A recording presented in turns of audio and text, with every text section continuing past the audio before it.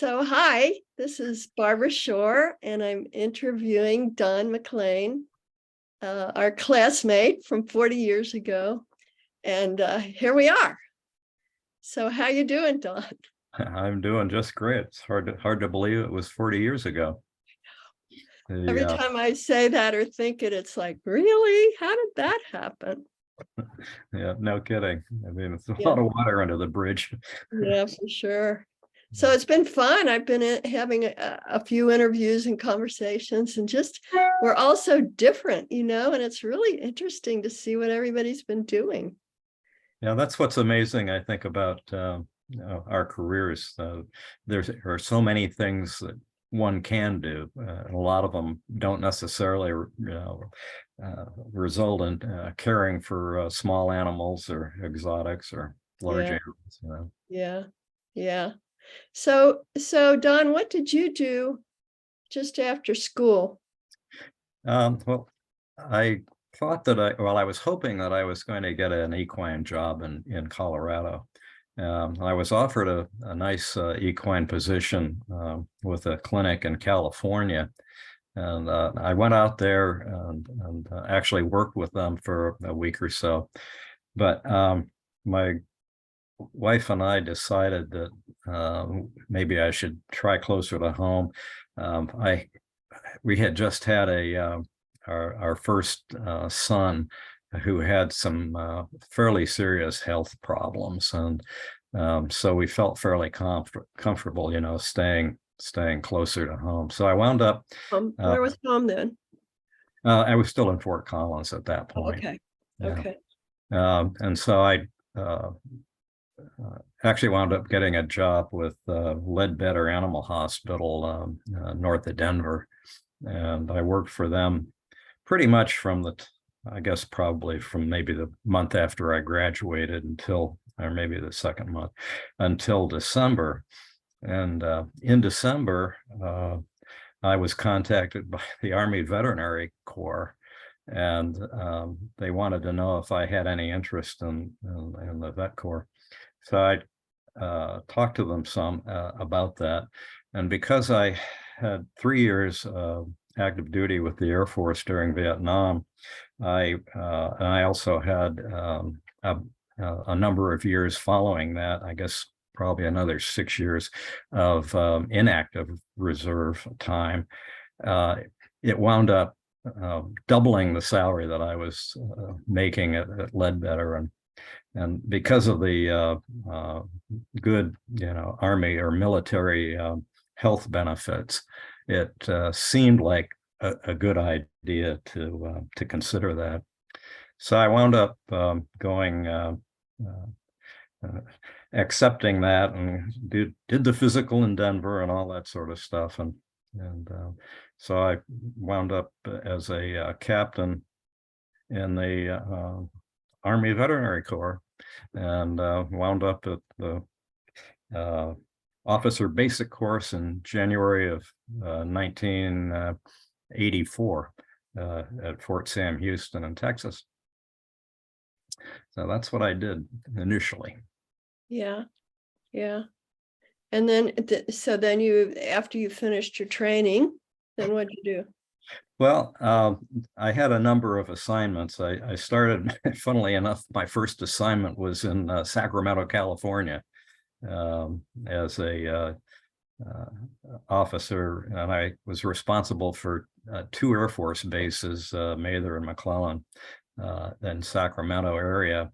And I had 2 kennels of military working dogs I was responsible for, plus Wow. ran small animal clinics for both Mather and McClellan several days a week. And I also, the Army has a food inspection responsibility. And I always tell people, if you think about it, when the Veterinary Corps started, they bought animals on the hoof, and they had the Army horses. And so, it was a pretty good fit for a veterinarian. But anyway, I had a variety of assignments. One notable one, my one overseas assignment was in Hawaii for 4 years. Oh, And not too bad. that wasn't bad at all. but and I ran small animal clinics there at Schofield Barracks, and the food inspection was kind of interesting. When I was in Hawaii, I learned about Simon noodle companies and sushi plants, and I was responsible for doing inspections of all the milk plants on Hawaii. So once a quarter, I'd go to Maui and go to the Big Island and Hawaii, and so that was kind of fun, and it gave my father-in-law a good reason to come out to Hawaii. And by that time, we'd had a second child, and so it was great for Grandpa to get to see them. And he'd been, when he was in the Navy, he'd been assigned to Hawaii at one point, so he thought it was pretty neat to be able to go to all these officers' clubs, because he was an enlisted guy when he was there during World War II. Yeah, that's great. You should talk to Donna. Donna DeBona, she has a very similar path, and now she's really interested in nutrition, doing a podcast about that, and was in the military and overseas in active duty.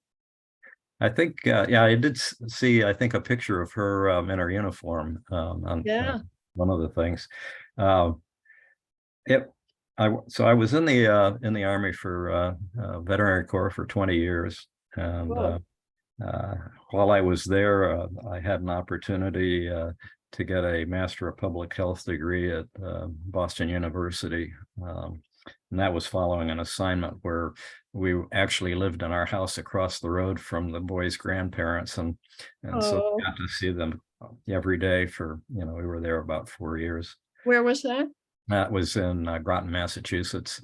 I was at Fort Devens in Air. And so after that, I also became a diplomat in the American College of Veterinary Preventive Medicine. So, and I retired in 2004 as a commander of the Allegheny Veterinary District as Lieutenant Colonel. But then I went to the next week, actually, I had applied for a job with the USDA in Harrisburg, where we were living. That was our final assignment. And so I went to work for them for 13 years as their epidemiologist. I just yesterday interviewed Millie Eidson. All right. She's an epidemiologist. Oh, cool. So we talked about that. Yeah. Was with a government or university? Or? She teaches, and she was also with with the government too. And she turned it into novels. She's written novels about different viral diseases. So each disease has a particular novel that she's written. It's really fantastic. That's really great. Yeah, you should check out her interview. She's quite an interesting person, and boy, you guys have such amazing histories here. But I looked at your Facebook page and all I see is horses. How did you end up working with small animals and military dogs for all those years? Well, when I was about 4 years old, my godmother gave me a pony. And my mother and my grandmother bred thoroughbred hunter jumpers in upstate New York in the 20s and 30s. And she was an amazing person. So I've had horses all my life, and we've had dogs and cats and everything as well. But that's why you see a lot of the horse activities on my Facebook page. And I guess, you asked about the passion, and I was in Pony Club. My mother started a pony club in Kentucky when my dad, when we were living there, and that was 1957, and so I was in Pony Club until I aged out. At that time, you aged out at 21. But I still was chief horse management judge and did pony club clinic, and I did then I became we chase foxes. We used to call it fox hunting, but now we say it's fox chasing because we really don't want to kill them. There aren't that many left. Down here in South Carolina, we chase we can chase feral hogs, and we can, but mostly it's coyotes down here. Mm. And but also, in addition, I'm United States equestrian official for eventing. That's 3-phase eventing. I've been a technical delegate since for come 50 years next year. I've been Whoa, doing this stuff. that's a So, while. yeah, it's a while. I'm about ready to hang that up, I think. But anyway, that's kind of what I've been doing. I sold my farm in Pennsylvania in 2019, and we'd lived there for 20 years. And, my wife and I bought this place in South Carolina in 2011, and so we it's large enough to keep horses, and we can go trail riding on the we've got a lot of sand roads and things down here, so we do that. So that's I'm on the board of governors at Pony Club, and we're members of a fox hunt down here called Whiskey Road Foxhounds. So we kind of continue doing the same things that we pretty much always done. Mm-hmm. How do you like South Carolina? We like it a lot. It's a pleasant place to be. I don't wind up getting plowed in every time we have a snowstorm in Pennsylvania. I don't have to dig out the manure pile. So there's a lot to be said for that.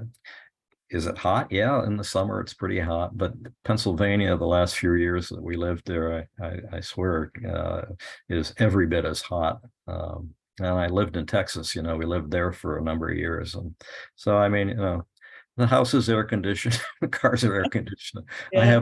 I have a pool. I mean, Oh, so you got it made. yeah, it's not bad. It's not Yeah. bad. I'm pretty ignorant, but tell me about Pony Club, what that's all about. Well, Pony Club is an organization for to teach riding and to teach horse management. Horse management is its main focus, really. Besides, we support dressage and show jumping and eventing, and they've even started trying to attract some Western riders, but it's basically was started in England, and some people from Virginia went to England to fox hunt, and they were very impressed with how well-mannered the young children were in the hunt field. Very polite, well turned out, good riders. And they said, well, how the world do you do that? And somebody said, well, it's the British Pony Club. And so they brought it back to the United States in 1956, and it's been doing well ever since. Although, with changing times and things, I mean, when Mom started her pony club in Kentucky, everybody, if you had a horse that was reasonably sound and had 4 feet, and a mane and tail, you could be a member of Pony Club for probably $5 or something like that. And we had all kinds of interesting members, but today everybody kept their horses behind their house, in those days.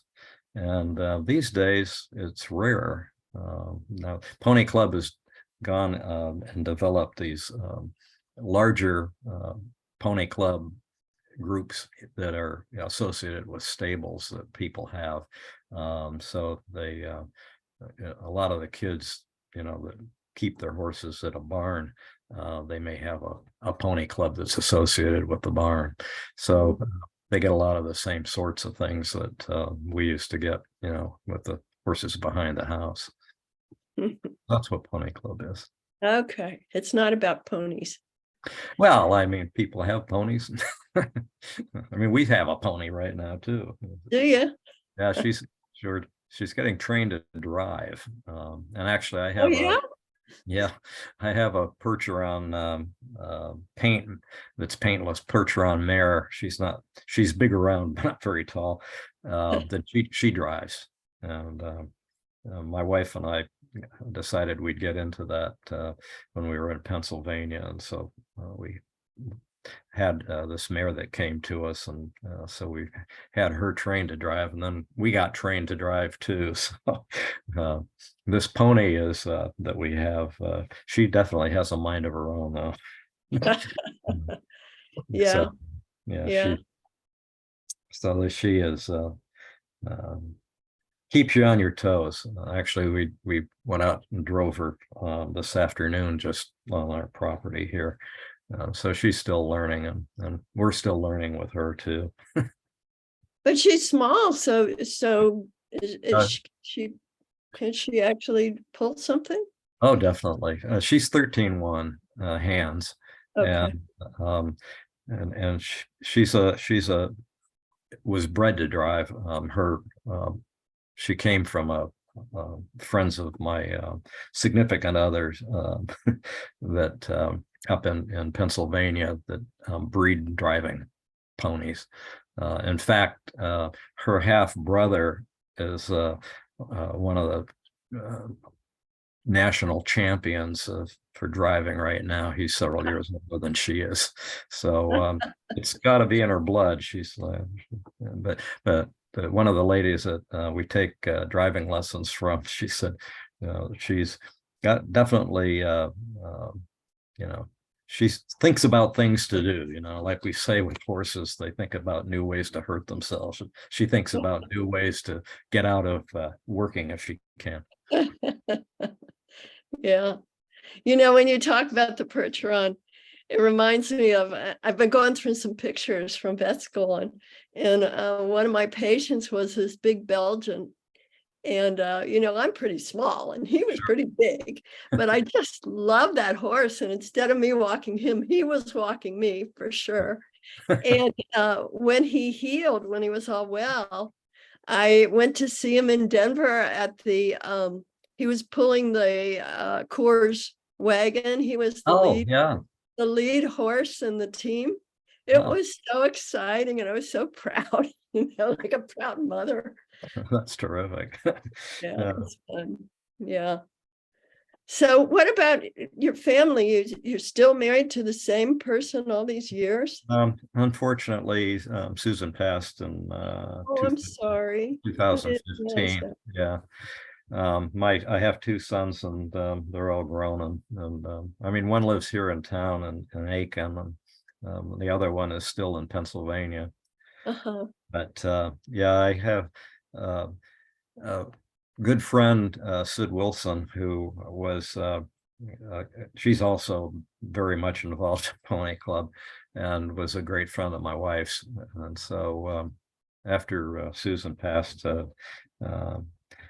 we started, she'd come and go fox hunting with me and stuff. And so about the time that she was working for Bit of Britain, which was a big horse store that also, did mail order, but and the owner of Bit of Britain wound up selling the business, and so she had to find a new job, and she found one that she had to drive to, and driving in the winter and the snow and stuff to go to this place.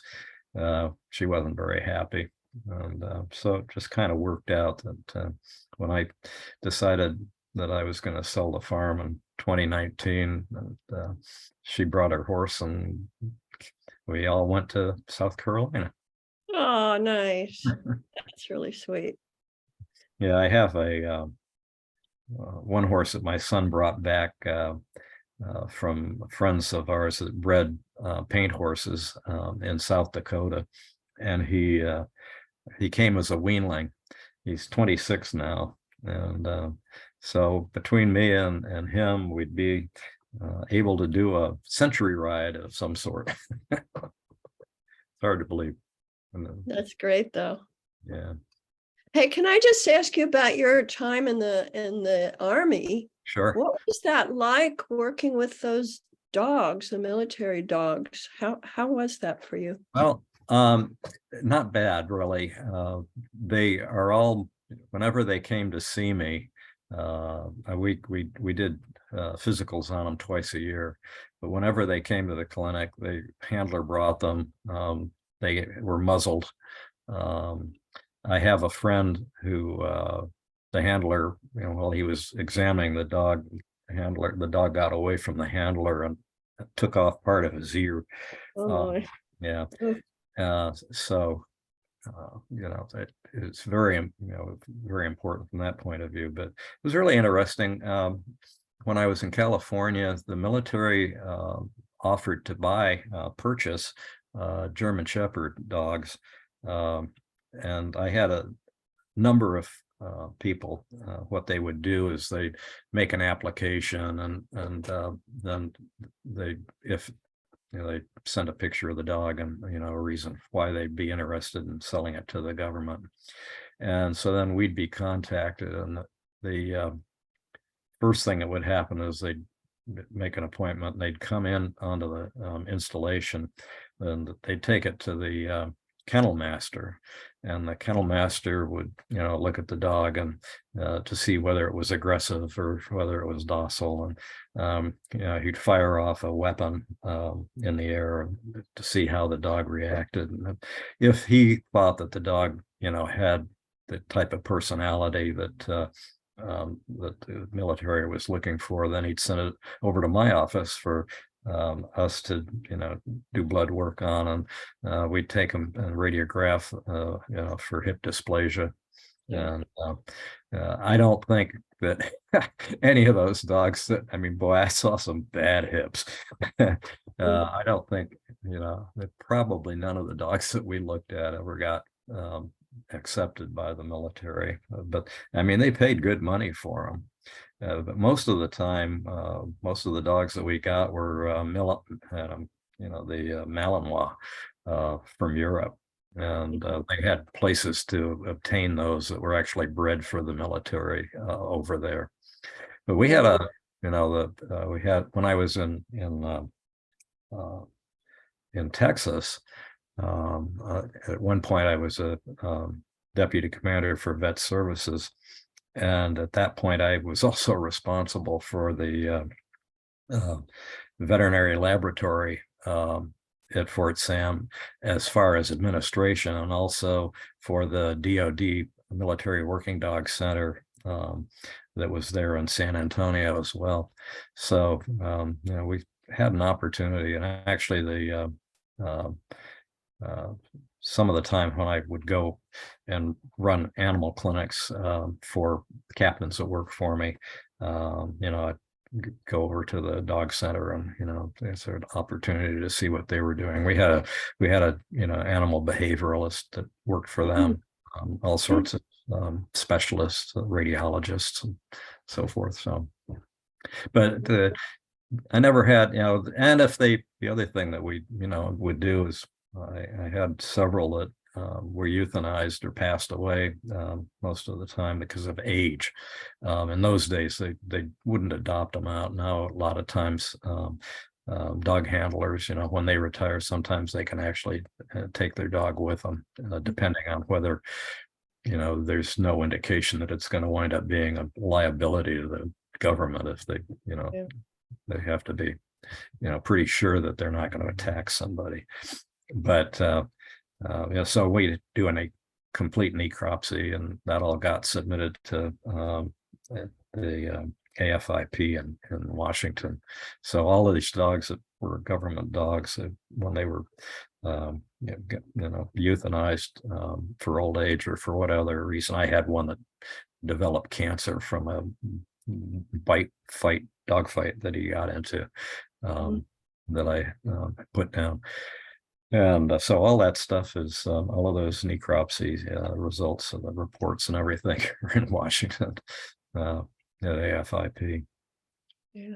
I can only imagine that the handlers must have gotten really, really close to their dogs, didn't they? Absolutely. I mean, it used to be that the handlers, would leave, and then the dogs would be assigned a new handler, and a lot of times that assignment didn't work well. And so pretty much now, the dog and the handler go as a package. Yeah. And they absolutely are very close, as you know. And I mean, they're really funny. I I had one that came in that looked like he had gastritis, and I decided he probably it was pancreatitis. And I said, "What are you? They're only supposed to be fed." At that time was what we call was a canned product of dog food, and it was really kind of. I mean, it was supposed to be, provide all the, it was high nutrition, high caloric. But And tasted terrible. yeah, I'm sure. Well, I don't know. It didn't smell great, but so they weren't supposed to. The dogs weren't supposed to get anything other than that. And I said, "Have you been feeding? Did you feed this dog bacon or anything?" The guy got a little embarrassed, and he said, "Well, maybe." And then I had one that came in, and he said, "I'm worried." He said, "I had a huli chicken on my dash, and I got distracted. The dog ate the whole thing, wrapper and all." What's a huli chicken? It's a type of Hawaiian chicken. Oh boy. So Yeah. Wow. Okay. Did you ever get attached to any of those dogs? there was one that I did kind of like. Actually, he's the one that was responsible for the, I guess, for the one that developed cancer. He was always in the office, brought in. He was real, sort of ho, I'm just here kind of thing. And he had terrible skin allergies, and we had to keep him basically shaved all the time Yeah. to try to keep him from, breaking out. And, I just thought he was really, the most laid back military dog I ever saw. Somehow or other, he and this one that was very, very aggressive got together, and I got called, and they said, "We had a dog fight, and that these two dogs were involved." And I said, "Let's bring them over." So they brought him over. This real mild-mannered dog had eaten the other one for lunch. I mean, for him. Wow. And actually, what happened, I think, was, at least that's what it appeared, was that some of the bite wounds on the dog's ear wound up developing cancer. And I wound up having to put that other one down. So that was he was also. I had a young animal tech that worked for me at that time, and she'd seen this dog, the one with the allergies, and she goes, she was ribbing the dog handler for having this wimpy dog, and he said, "Come on outside, I want to show you something." So she goes out there, and he goes, "Watch her." And the dog, just his entire personality, she goes, okay. Got it. Well, years ago, way before vet school, I was a dog trainer, and I worked for a company. We trained protection dogs. Mhm. So I worked with a couple of military dog handlers. They'd been handlers, Sure. and we trained dogs to do that. It was kind of incredible how you could just turn them on and turn them off. It was Yeah. unbelievable. Well, and of course, the military has a lot of other dogs other than Malinois. Navy has beagles, and smaller dogs that can go into submarines and places that larger dogs don't do as well in. And I always like the comment, if you're at the airport and this cute little beagle comes and sits down next to your luggage, don't think it's cute. It's just doing its job, huh? That's right. Yeah. Yeah. What about, they don't use Dobermans at all anymore? Pretty much no. I say for the most part, I think they do, the Secret Service, the people that take care of the president and his family.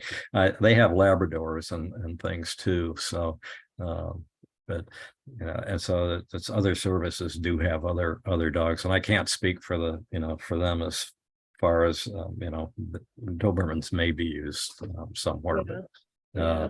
but I never had any in my experience. Well, Donna, when I was talking with Donna, she said that there were German Shepherds, but the Malinois, what she told me, from what I understood, was that the German Shepherds can just be aggressive with everybody. Oh, absolutely. Sure they can. But the Malinois, it sounded like they're more discerning, that they can tell when somebody's good and when they're not, and I don't know. Is that very well may be. They're much more, I would say, high strung or wired than the German Shepherds usually are. I mean, they need to be busy. I had a lot of them. They would wind up beating their tails. We would wind up having to amputate them because they beat it in the kennel, that kind of thing. And that's another interesting thing. We had a number of those dogs. They'd bite so hard they'd fracture their canines, and I mean they'd bite stainless steel buckets in their kennel, and so when we were in Hawaii, I had my neighbor across the road, across the driveway from us, was a dentist, a human dentist, and he was interested in the fact that we had these dogs, some of them that had fractured canine that come in, and so I wound up. I had a whole dental unit that we bought. That actually he had it because he used it for when he was deployed. They had to have all that sort of stuff in a big case, and it's basically the same thing as what Earl Scheim, or not, Scheim sells those ones for veterinary practices, and so they bring the dog to me. I'd anesthetize it, put it on our anesthesia machine, and then either they'd work in the office with the unit, and I wound up buying all these long drills and various things so that we could do root canals on them. And so they do the root canal, and I'd monitor the anesthesia. And we even took one over when we were when I was at Schofield. We took actually the colonel that was a head dentist at Triple Army Medical Center was interested, and he came up and said he'd do it. And he said, you can do it over in the dental clinic at Schofield Barracks. So we set it all up. We took this dog over there. The dental commander at the clinic had a fit. But the guy from Tripler that was going to do it outranked him. He said, don't worry about it. We'll clean up after we're done. It's no big deal. Wow. Wow. So these dogs are treated very well. They get whatever they need. They do, absolutely. I mean, interestingly, I think the human hip was developed in a dog by an Air Force veterinarian who actually was at CSU. In fact, I think there was seems to me in the dean's office, or there was a hip joint or something that was there. It's interesting how all these sort of things work around, just like you were saying about what we can do. It is interesting, boy. Did you ever have to euthanize any dogs just because they were too aggressive? No, never had to do that. But like I said, most of them was because of old age, and or they developed inoperable cancer of some sort, or that kind of thing. Yeah. Did you see that movie, Dog. I think it's just called Dog. It was a military handler, and he was killed. And this other guy in his squadron took over the dog, and the dog initially was so aggressive he couldn't get near him, and they ended up really bonding. It's just such a sweet story. I don't think I saw that one. That sounds like something I should look for. Yeah, check it out. I think it was maybe on Netflix or something like that. Yeah. I mean, they've had that movie War Horse that, Uh-huh. during World War One. That was a fascinating. In fact, there's one of the last war horses is buried at Fort Sam in Texas. She's got a monument there. But you didn't get to work with any horses, did you? I did. You did? Just about every I'm not directly. I mean, we would do vaccinations and run blood work for Coggins and things for them, but a lot of the military installations, Air Force bases, Army bases have or had horse riding stables, and the horses that were there, we kept horses at a horse and a pony at Mather Air Force Base when we were in Sacramento, but they had so they had saddle clubs.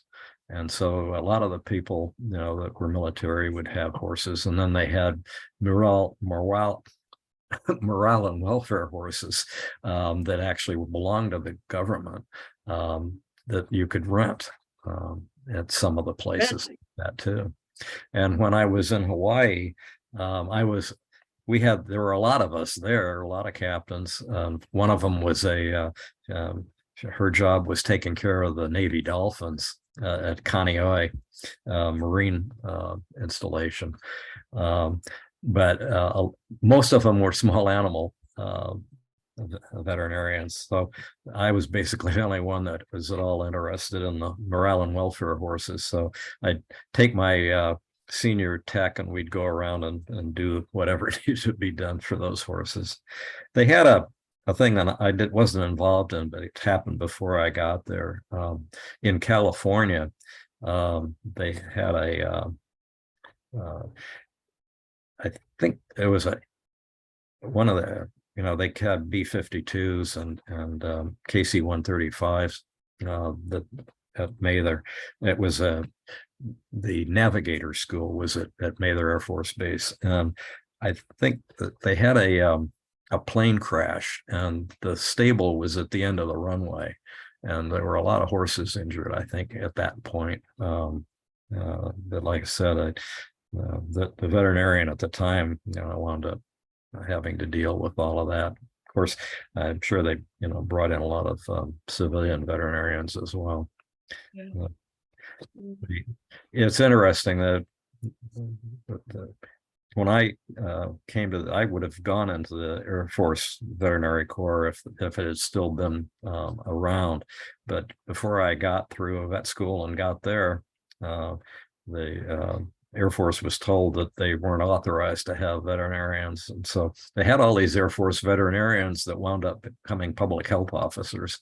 And I shared my office at Mather with a public health officer, and I shared my office at McLean Air Force Base with another public health officer that were both had been Air Force veterinarians.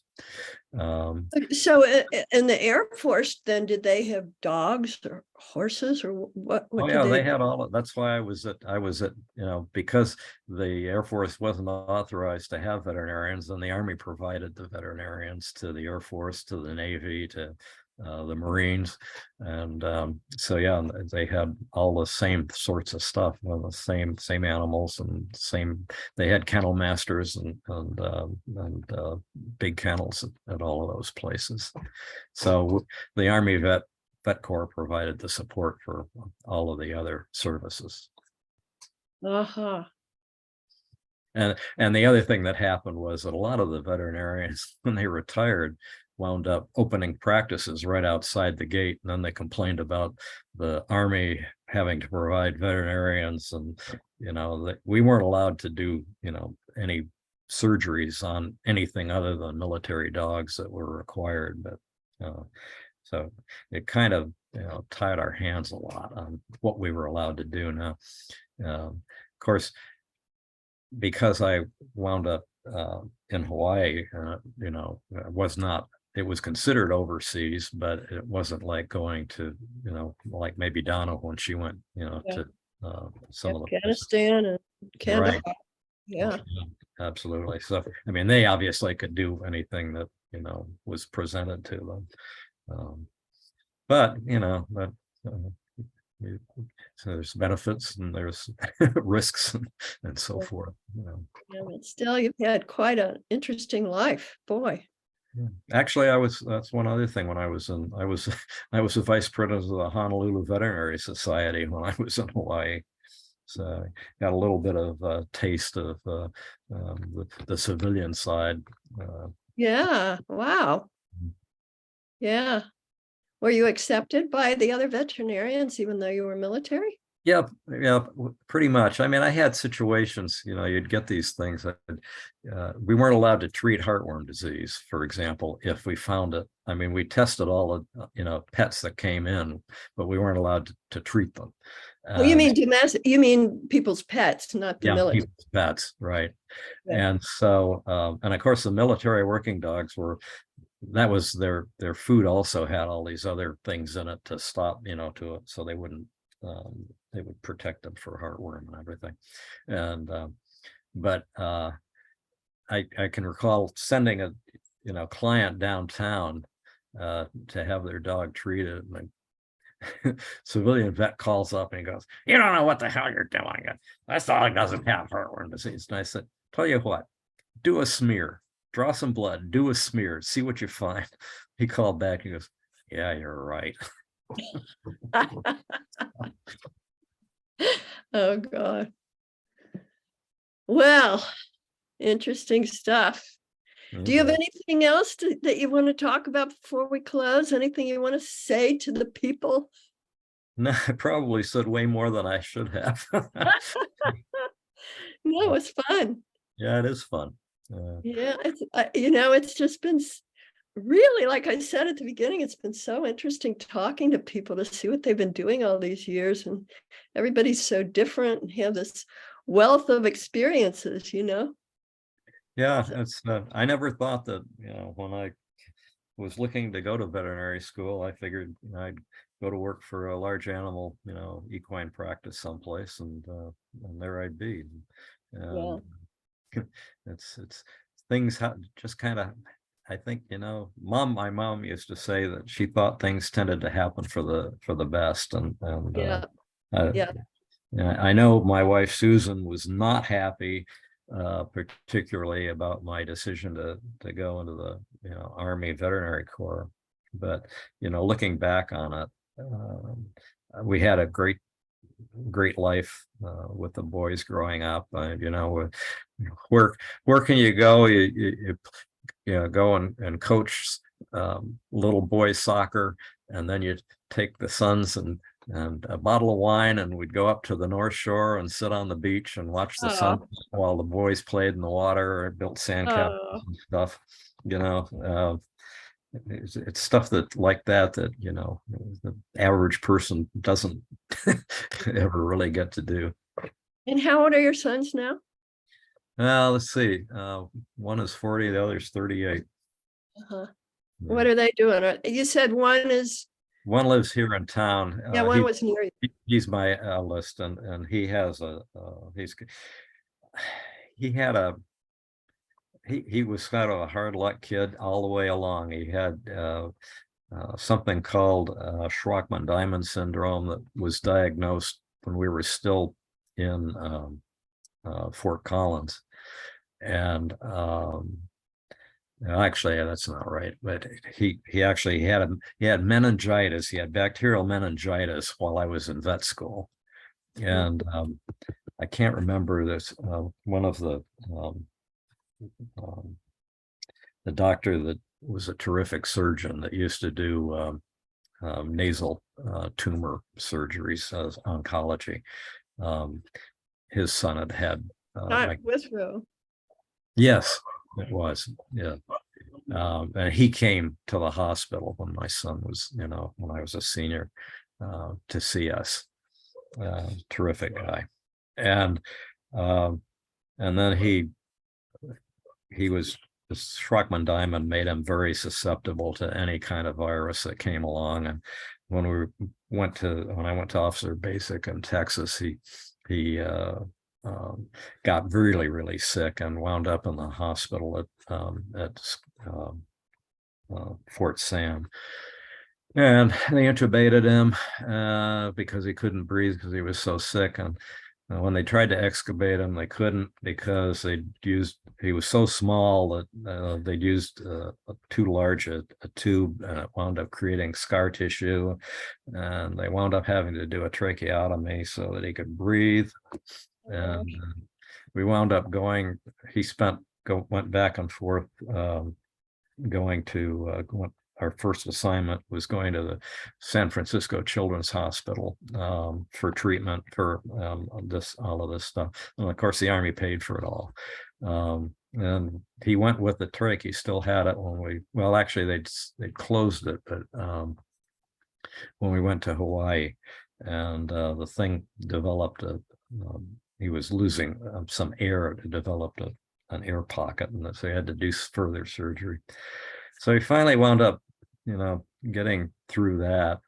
And then when we were back in Massachusetts, when he was 9, they were sledding at my father-in-law's hill in the backyard, and a kid came down and ran over my son with a sled, and he wound up with a traumatic brain injury.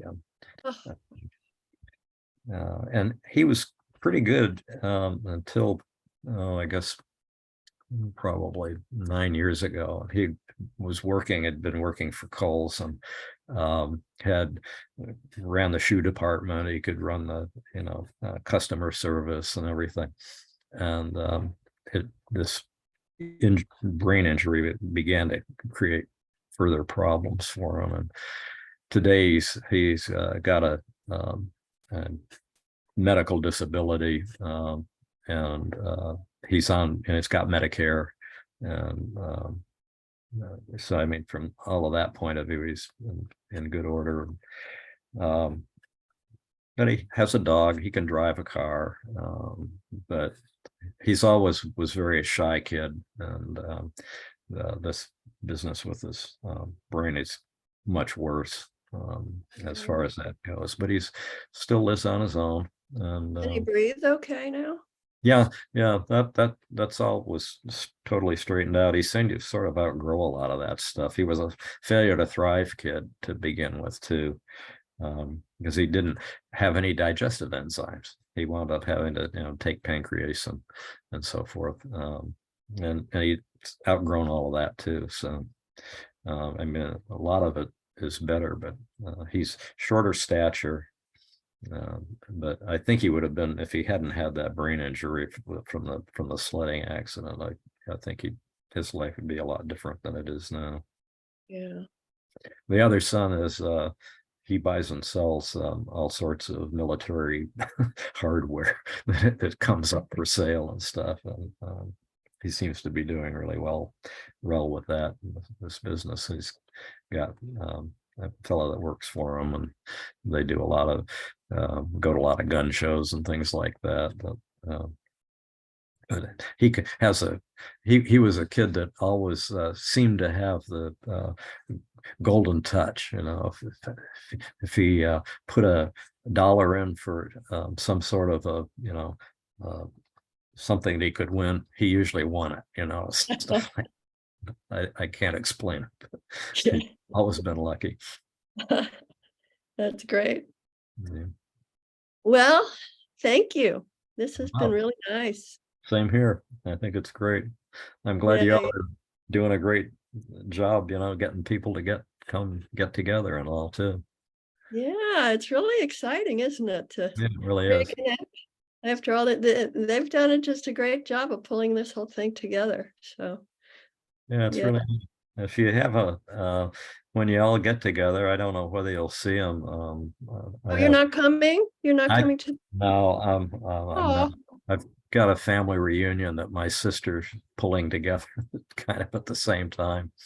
oh, too Um, bad. yeah, but if you happen to,